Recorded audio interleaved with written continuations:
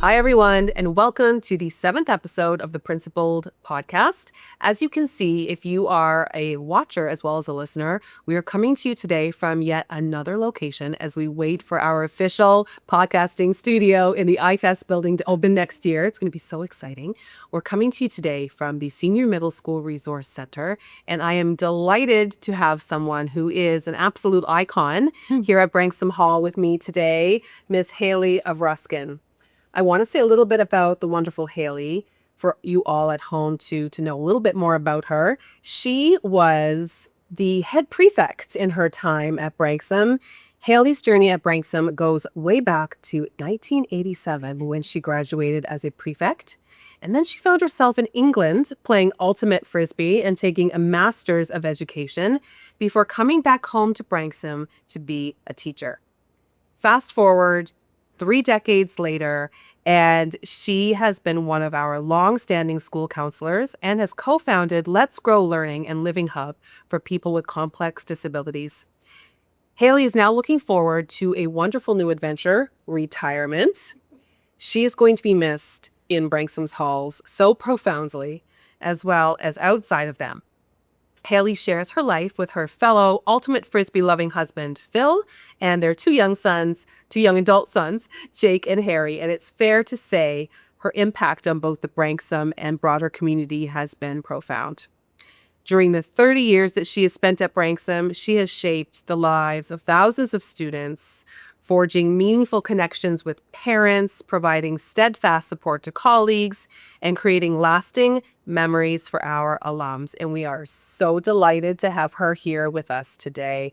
Welcome to the podcast, Hayley. Thank you very much. And thank you for that very, very nice introduction. Oh, it was well-deserved. How does it feel to hear us say you're an icon? You're an icon at Branksome. It feels a little surreal, but it's very generous and nice. And true. Yeah. It's very true. Did you see we have your yearbooks? I noticed. That's my graduation yearbook right there. Yeah. Amazing. You've grown up at Branksome, and Branksome's grown up with you.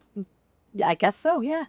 I remember the first time I met you, Hayley. Hope you don't mind if I tell the story. I like the story. I was here for my transition visit. Coming in as the new principal, I got to come to Branksome 3 times the year before and visit and do some transition.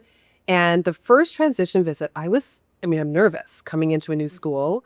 I had met dozens of people that morning, and I was crossing the streets. Yeah. And I said, "Hi, I met you." And you said, "Are you Grace?" And I said, "Yes, I'm Grace." You said, "Do you have some time?" Yeah. I was like, "I can always make some time." Yeah. "Do you want to come with me? I want to show you something." And I said, "Sure." I didn't know if you were going to take me to a dark alley or You took me to the opposite. You took me to a place of joy and purpose. You took me to Let's Grow. Yeah. Which is held in the building just beside our school and is such an amazing program. And then I learned that we have kind of this soul connection with our history. Maybe you want to share a little bit about your story and how it connects, and I'll share a little bit of mine. Sure. I remember. Well, let's rewind for a few seconds. Sure, because I actually met you the day before. You were there, and you remembered my name. So I'll just say that I remembered my name. I met you for 30 seconds the day before. I went, "Oh my gosh, that's Grace." And then I stood up and introduced myself at lunch. Right. You came to the cafeteria. You just came like wanting to meet everybody. And then the next morning when I took you over to Let's Grow, you said, "Hey, Hayley, do you have any questions?" Or like, "I see that you have a question, Hayley." And you said my name. And you met Jake and Harry, and you danced for Jake. I remember this very well. You did. He asks a lot of people to dance. Poor Jake. That's for Jake.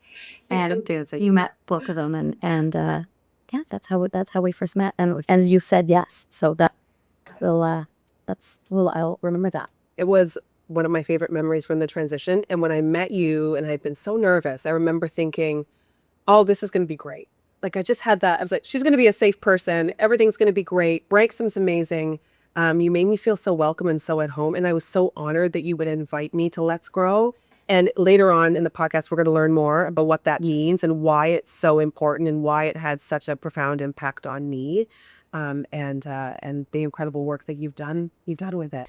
Okay, so let's rewind back 30 years, Hayley. You have been at Branksome. You've been here, most of your life when you think about it. Yeah. And I would love to hear about What was it like? I mean, looking back, the profound ways that Branksome shaped you as a young woman. I'd love to hear about it. It must have had an impact on you because then you came back Yeah. for 30 years. So I'd love to hear about the beginning and Right. how did it shape you? So as a student, Branksome pushed me out of my comfort zone, and there are stories that I can tell, and the one that I'm thinking about, yeah, I bet I can. One weekend, I went on a tall ship because at that stage, Branksome was also doing Duke of Edinburgh, and that was one of the experiences that you could choose to do. So I went on this tall ship adventure in the Toronto harbor with people that I did not know. And I remember staying up from 2 to 4 in the morning, scrubbing the little, I don't even know what you call them, the little silver things on the boat, and climbing up 30-foot rigs, like ropes, and that's sort of an example of what Branksome did. It pushed me out of my comfort zone. I looked up to older students, so I have lots of role models who went ahead of me, and Big sisters. yeah, big sisters. And so that's kind of, I think, what drew me back and that is also what I tell my students, and they will tell you this, is that I say, just try something new, try something different. And the more you do that, then, the more confidence you get. And the more comfortable you get with taking risks and being a risk taker. Yeah. Is there anyone in particular that was a mentor to you? Yes, there were many mentors. And when I think back, there are so many. I'm going to name 2. And one of them is she was a science teacher. She was my grade 7 science teacher, Mrs. Chilton. And one of the reasons we loved Mrs. Chilton so much is because she could teach us science for 5 minutes, and then we could get her off track and talk about other things. And yeah, isn't it? And she loved talking about human things and people, and she was open, and we loved her for that. Mm-hmm. And then my other role model is someone who still works here, as a matter of fact. I bet I know who it is. You do? Want to take a guess? Carrie Weinstock. It is. So Carrie actually also did her teacher training in Cambridge. So when she did it at Homerton College, which is where I did it too. And when I graduated from university undergrad here in Ontario, I wrote her, first I traveled around a little bit, and then I wrote her a note from my travels. Like in those days, it was writing a physical note. It wasn't like an email, hi. And she said, I wrote to her and I said, Carrie, is it true that you did your teacher training in England? I'm kind of curious about it. I'm thinking about it. She took the time. She wrote back. She said, here's where it was. Yes, this is what I did. And that inspired me to go and do my teacher training in Cambridge. Isn't she amazing? She's amazing. Yep. She's incredible. Yeah. And now I know you have been that role model for so many of our students here as well. Okay. As a school counselor, you have been a constant presence for our students and a real source of support for them at Branksome. I would love to hear, what do you believe are the most significant shifts that you've observed in social emotional landscape for young women? Because you've seen quite a span over 30 years. 30 years, yeah. The problems that students were coming to you with 30 years ago, I wonder if they're the same. Have they changed? Mm-hmm. It's a great question.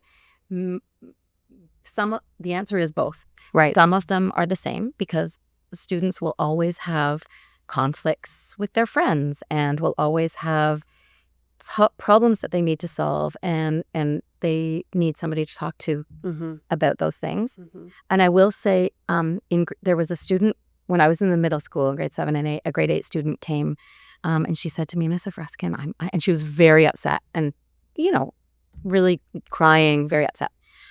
Somebody called me ugly, and I said, well, was it a friend? Who was this person? And she said, I don't even know. She said, because in those days, Facebook had just started, and there was something called Honesty Box, and people could write anonymous posts. And I think it was meant to be a good thing, but it quickly turned into not a good thing.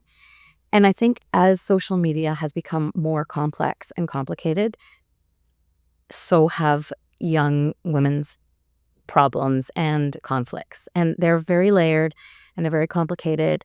And social media has really not been a great thing for young people, I think. Interesting. So the same and yet now more complexity with social media. Yeah. Yeah, it's so hard, even in my career, which is not been as long as yours Yeah. yet. Yeah. Um, I see a difference in it used to be that the drama or the hard things or the challenges Yeah. happened at school, Exactly. during the school day, at recess, in the classroom, Yeah. in the hallways, by the lockers. Now it's happening It's 24/7. silently away from us online. Yeah. And it's such a challenge for the adults in the building who want to be there as support. Very true. It's really And hard. it's really hard for the young people Yeah. because it's constant. It's Mhm. 24/7. They can never get away from it. Yeah. And it also, we never used to compare ourselves with other people so much. And also just even, comparing each other and seeing what other people are doing and where they are. Mhm. We never knew that before. Yeah. Like, people would go away and do other stuff without you on the weekends, and you never knew about It it. wasn't in your face all the time. Right. In comparison, it's the thief of joy. We know that. And Yeah. I feel for these kids so deeply because we didn't have to deal with that. Yeah. And when something did happen at school, we could sometimes, not all the time, we could see it and we could intervene. And even if it felt like they didn't want you to do that, deep down they did. Yes, of course. And now we don't see it. And it's hard for us to intervene when we don't know what's happening. And I really wish that we could help. I think there is, not to always look on the bright side of things, but there is some positive change happening. People are realizing that this is very damaging. And students themselves are also saying, I need to check out. I need to go to camp for a month. I need to turn off my phone, go get engaged in other activities. Yeah. They are recognizing that, but it's taken a little while and it definitely took its toll. I'm seeing a trend of more and more teens self-selecting away from social media, Same. which I think is fantastic. We're seeing it with some young adults as well. Yeah. But I love seeing that. And I hope that continues, because it's hard enough. It's hard enough to be a teenager in the world. That's very true. Yeah, I agree. I would love to think about just the impact that you've had on our students, Hayley, in your time here and the advice that you've shared with students. I know you've shared a lot of advice over your years as a school counselor. Is there anything you can think of that you hope will just continue to resonate with them long after you've stopped in your counseling role? Yes, there is. And it's going to sound very, very simple, but it is a piece of advice that comes up again and again and again, which is just to be yourself, because how you are matters and makes a difference in the world. And it's also not about what you achieve, what you do, your medals that you have. It's what kind of person you are. And so that's basically, yes, it's being yourself. And of course, I always like to throw in a little bit of just have some fun, enjoy your life. Don't take it too seriously. Have some fun. Yeah. Have some fun on this big journey. Yeah. We just get one. That's right. I want to move on to Let's Grow. Okay. It's such an important program. It's your nonprofit organization. I think it's such a testament, Hayley, to who you are, to your dedication, to your love for all people. And can you share a little bit with us the genesis of Let's Grow and how your personal experience, how has this fueled this passion that you have to support adults who are dealing with different needs? That is a great question. And I will say, it's not like I said to myself one day, okay, I'm just going to start this big program. And basically what happened is it was the pandemic. It was spring of 2020. Nobody was in school. Everybody was at home.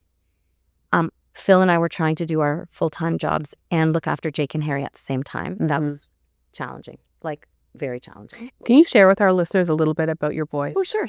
Yeah. Yes. So Jake and Harry are 25 and 23 respectively.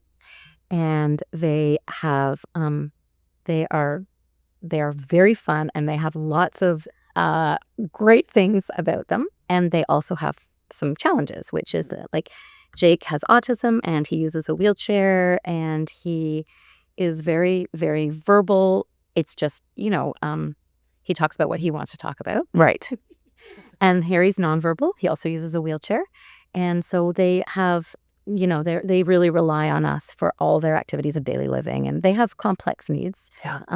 We've been lucky because medically speaking, they have been quite good. Mm-hmm. I mean, they don't have a lot of challenges that way. yeah, they need looking after, basically. They need a lot of support They from need you a and lot of Phil. support. Yeah. And that must have been really hard during the pandemic. Yes, it was. Because you must have outside support sometimes, We but then do, during the yep. pandemic, that would have been really complicated. No outside support during the pandemic. I mean, Yeah. for the first 6 months. Yeah. So we were looking after them and trying to work at the same time. And I just, the day that I remember when we first thought we have to do something here. Yeah. Jake was puking on the floor. Harry had just flipped out of his wheelchair because one of us forgot to put his strap on. Phil was in a meeting. I was trying to organize something. It was like Unmanageable. It was unmanageable. And we just looked at each other and we went, what are we going to do? Yeah. And for most families, this was, many families had dependent children at the time and they could see an end in sight. Like the pandemic will end, then our kids will go back to sports and school and we'll have those kinds of supports in place. But I'm not sure if people know this, but Jake and Harry were in the TDSB in congregated schools until they were 21. Right. Then once they turn 21, those supports completely disappear. There is nothing. There are very few programs. There's no bridging program. It's Nothing just like that. an end of It's just support. an end. It's end. So they leave their schools, their communities, their friends. That's hard. And, basically, Jake did spend several months kind of watching TV and going on walks. But I think a lot of people did at that time. So Yeah. He's not alone. yeah, exactly. So Yeah. we just went, we have to do something. And we had friends who also had a son in a similar situation. So I remember we had calls and we just said, we have to do this. It was born out of a necessity. That's what it was. Yeah. Yeah. Yeah. I hear you because my mom at that time, so I've told you a little bit about our story as well. And I won't share his name necessarily just for his own privacy. No, Okay. it's okay. But it's, with my mom, we have my wonderful, who we call our brother, who came to live with us when I was a teen. My mom's a human service counselor and works with adults, similar to your lovely boys. And then he came to live with us and he's been part of our family ever since. And during the pandemic, I remember thinking, no one is talking about this, that there are families out there who are used to having some support systems, or not that you need a break, they're your kids and you love them. And my mom, of course, loves my brother, but it's about, you need the support, you need the break, and it was just not existent. Yeah. And so True. when I heard about what you did and how this kind of was born, I thought, of course, right? You need to have this support. So you have another friend who has a son with similar needs, and you kind of decided to pair together and come up with something. We did, yes. And their son had gone to a program that was not in the city, so very far and not really like an option for us. And we just thought, okay, let's just kind of take it day by day and call a few people and see if they might be interested in joining the program. Right. And we just kind of did step by step, like a little bit at a time every day, did some interviews, hired a director. It was quite something at the time. It's incredible. And they say innovation is born of necessity. Right. It really was in our case for sure. Yeah. Wow. So you hired a director and then you found a space. Yes. We found. How did you do all this with COVID protocols? I guess it was at the tail end, or? It was near the tail end, so things were starting to come back up. Right. And I do remember the very first day of the program when we opened. We had 5 team members. We call them our participants are called team members. Right. All part of it. I love that. Yeah. Mm-hmm.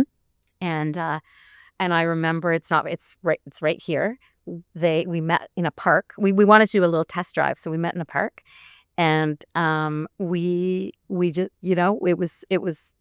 it was 5 people kind of sitting there looking at each other going, okay, like this is it. This is we started with nothing. Yeah. And then we slowly but surely built up the program, got some supplies.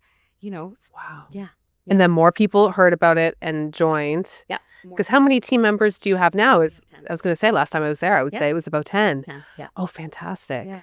Yeah. Oh, that's amazing. It is. That's Busting at the seams. Yeah. It's pretty incredible. I would love to hear about a challenging barrier to establishing Let's Grow. Yeah. Something that our girls here at Branksome, as you know, with our noodle program and everything we're doing with innovation, we're really trying to model for them. Yeah. You have these great ideas, your passion's behind it, doesn't always work. It's true. It does not always work. Was there a barrier you faced that you could share? So we started with a sort of a parent company who oversaw, like, we didn't know how to do payroll and benefits and all that kind of stuff. We started with a That would have been a learning curve. it was well, we didn't we and also we didn't have time. We're both working full time, and so that we started with a parent company, and about maybe 6 to 8 months in, the parent company, we were on a call with them, and things seemed to be going along swimmingly. Right.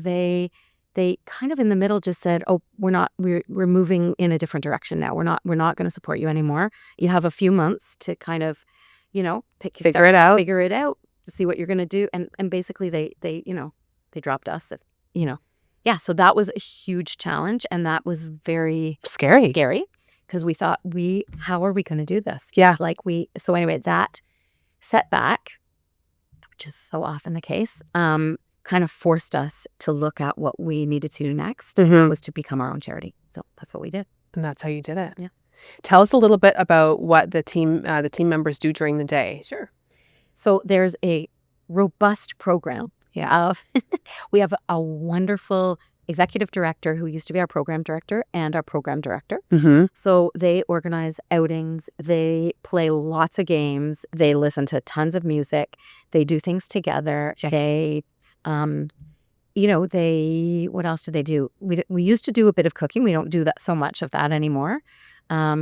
We have students who come actually from many of the colleges, and some of them are studying to be DSWs or PSWs. We have recreation therapists who are like recreation students who come and do their placements. Mm-hmm. We have like many placement students. So we have art therapy, we have music, we have There's swim at times. There is swim at times. Right. Yeah. That we're trying to kind of get back going. Exactly. That had to be paused for a little bit, but we're working on getting that back. Mm-hmm. Yeah.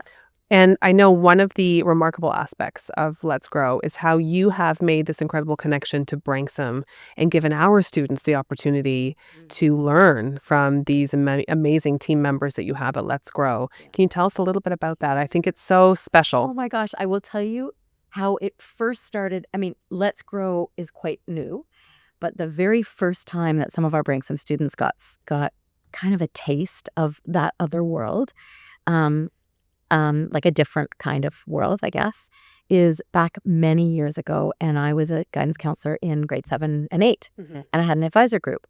And my advisor group, we were sitting around one day and we were thinking, okay, well, because the advisor group, we wanted to do something service oriented, but we didn't know what to do. And I really thought, you know what? Why don't I take a couple of students up to Sunnyview School, which is a congregated school in the TDSB, Mm-hmm. and we could volunteer in the classrooms. We could help them out a little bit. And I went to Joanne Colwell, who was our Dean of Students at Student Life at the time. Right. And I said to her, Joanne, here's our idea. What do you think? Do you think we can do it? And she said yes. And I love telling that story because it is lots of times it's about when people say yes. There's so much fear in the world and people say no a lot. Mm-hmm. And she said yes. So I took a couple of students up and they loved it because for just a whole number of reasons, which we can get into, and then more students wanted to join. And then more students wanted to join. And then we ended up thinking, okay, well, this is getting bigger and bigger. Yeah. Now, one of the students who was part of Sunnyview wanted to do a project, like her CAS project. So she decided that she wanted to do the year. Actually, I think I even asked her, would you consider doing something like a project, like a yearbook for Sunnyview? They don't have one. So she did a yearbook. They had a fundraiser to fund the yearbook. And every time like a new idea would come up, it would be a yearbook, and then we'd do a fundraiser, and then sometimes kids would go on field trips with each other, and it just kind of grew and grew. And then we had a whole leadership group.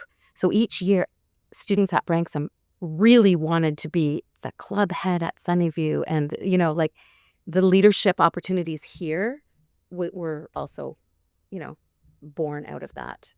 I love that. Yeah. It's had such an impact on the students here. Honestly, when you hear the students talk about the impact that it has, and I get to read all of their reflections. So I was reading some reflections a few weeks ago because we were signing off on our reflections. Students don't love writing the reflections, but I love reading them. And one student, there have been several that have really have stood out to me. Right. And one of them recently was about Let's Grow. And she said, when I volunteer at Let's Grow, these aren't the exact words, but it's something like, I was introduced to a whole new world, and it just makes me understand what I have, and I'm so grateful for what I have, and it gives me so much perspective. And we hear those comments quite a lot. I mean, it's an amazing thing that our students have the privilege to be involved in. And I'm so grateful to you for that opportunity for them. When I think of you, Hayley, I think you've really spent your life making the world a better place. You have. And that's what we say at Branksome, that we want our kids to do, right? Is to go out Make a difference. and make a difference. Yeah. And you are doing that with this program. And it's pretty incredible. And I just wonder, it's not just for your sons, it's for countless others now that have been affected, whether it's our students who are affected by being there or the other team members that are there and get to take part in the program. What do you think, when you think about that, what's the most critical conversation that we need to be having as a society or as educators that we're not having right now when it comes to, people like your wonderful sons? Or like my brother, what are the conversations that we're not having that we have to have? Okay. I think it's such a great question, because I think especially at I would say a highly academic and achievement-oriented school, and all schools really, and I feel like we have a fairly narrow view of what success is and what achievement is. And I think, and it's just, that is the way, like our school has, very high standards. Our students want to get into, highly academic universities. The big So I think aspirations. it is about what success is and what it looks like. And that it doesn't have to be about, about achieving the best marks and getting into the best universities. And it's like redefining. Yeah, it is. Redefining success. Yeah. Yeah, I think it's interesting to hear. I'm seeing your two worlds interconnect right now. Your counseling mind and this amazing kind of programmatic minds that you have as well around Let's Grow.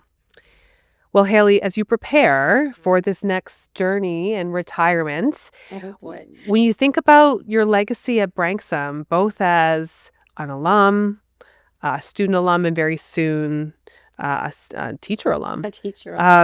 Yeah. What do you want that to be? What do you hope your legacy is at Branksome? Okay. I feel like I have a kind of an optimistic outlook, so that I want people to find the good in things, find the good in people, be optimistic. That sense of being positive as much as you can. Like, sometimes it's hard. Yeah. But, meeting those hard things and doing those hard things and doing it kind of optimistically, I think that's kind of what I want people to remember. Yeah. I think that's beautiful. And that is very Hayley. You have such a positive outlook. And you're you're sunshine around these halls. And when you leave, they're going to be a little darker. So we're going to need you to come back and fill us up with your sunshine. I will. Your story is really incredible. And it's one of commitment and, both professionally and to our community and your family's personal journey as well. What advice would you offer to young women today, particularly those here at Branksome Hall, who they also want to dedicate their lives to service and to championing causes that they deeply believe in? Yeah. So I think, you said it. It's little steps at a time. Right. Like, I never started out thinking that I was going to start this whole program. Honestly, sometimes it's just day to day. Pack a good lunch for, little things. And so I never started thinking this is going to be this huge, big thing. And I'm, take little steps and also chip away at it. And keep going, keep trying. Like, that is one thing. It's just, don't give up, because there will be humps. And I always say this, actually, in all of my intro interviews when I'm meeting new students, I always say there are going to be bumps on the road. And, that's kind of what I'm here for. Like, don't expect everything to be smooth sailing. There will be bumps. You can do this. Bumps are good for you. And let's do this together. Yeah. That's so true. I love that you say that. something I talk a lot about is finding your why.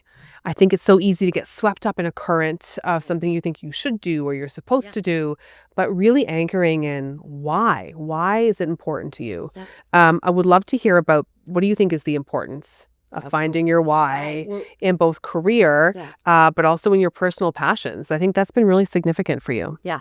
I mean, I think your why often, as we talked about, comes out of necessity, really. And what gets you excited and what bugs you and what can you do about it? So Mhm. like I think understanding that and understanding yourself is helps to it helps you get done what you want to get done. Stay And anchored. so I also want to say I don't even consider the last 30 years as like a job. I love what I do because I love people and I love getting to know people. And I am so lucky that I got to do what I love for my job. So do what you love, Oh, it's so true. Yeah. It's what they say. Do what you love. Yeah. You'll never work a day in your life. Yeah, that's right. I've And heard it's you an- say that before. And it's an old saying, and I'm sure people are rolling their eyes as they're listening, like, know. but know. I really believe it. I really, really believe it. And this teaching, working in schools, working with people, Yeah. it's not a job, it's a lifestyle, right? And if you can find your why in that, just it all comes together. Yeah. Okay, Hayley, we're going to move on to the rapid fire questions. Are you ready? I'm ready. Are you nervous? A little bit, yeah. Good. Should I be? No. Hayley, what song would you play or do you play on repeat? Forever Young. I had a cassette tape and it had about 16 plays of Forever Young. Just over and over again. Over and over again. Well, we're going to add it to our Spotify playlist. Okay. What's a guilty pleasure that you would never give up? Watching Survivor. I love it. Nights. I love it. This is not an ad, in case anyone's wondering. Yeah. If you could switch lives with a person for a day, who would it be? Jeff Probst. Oh my goodness. Host of Survivor. You are a super fan. Right? I love it. Yeah, I'm not quite as good as the super fans, but yeah. I don't know. It sounds pretty good. What's the best piece of advice that you've ever received? Be yourself. Love that. And Hayley, what would you like to be remembered for here at Branksome Hall? My delusional optimism. I love that. I love that, Hayley. It has been such a pleasure and such an honor to have you on the podcast. Thank you so much for what you've done for this community. Thank you for having me. Thank you for how you've supported me in this first year. I'll never forget it. And I'm just so happy for you and so excited for you to write that book that we've been talking about in retirement. Yeah. Everyone, thank you so much for listening. And if you're watching, thank you so much. We have had a wonderful first season of the Principal Podcast. This is our last episode as we're heading out to the summer. And I can't wait to see what season 2 is going to bring. So thank you, everyone, for subscribing and liking. We've been overwhelmed with the love for this podcast around the globe, and we're so grateful. So we will be back for season 2, and bye for now. Keep well the road.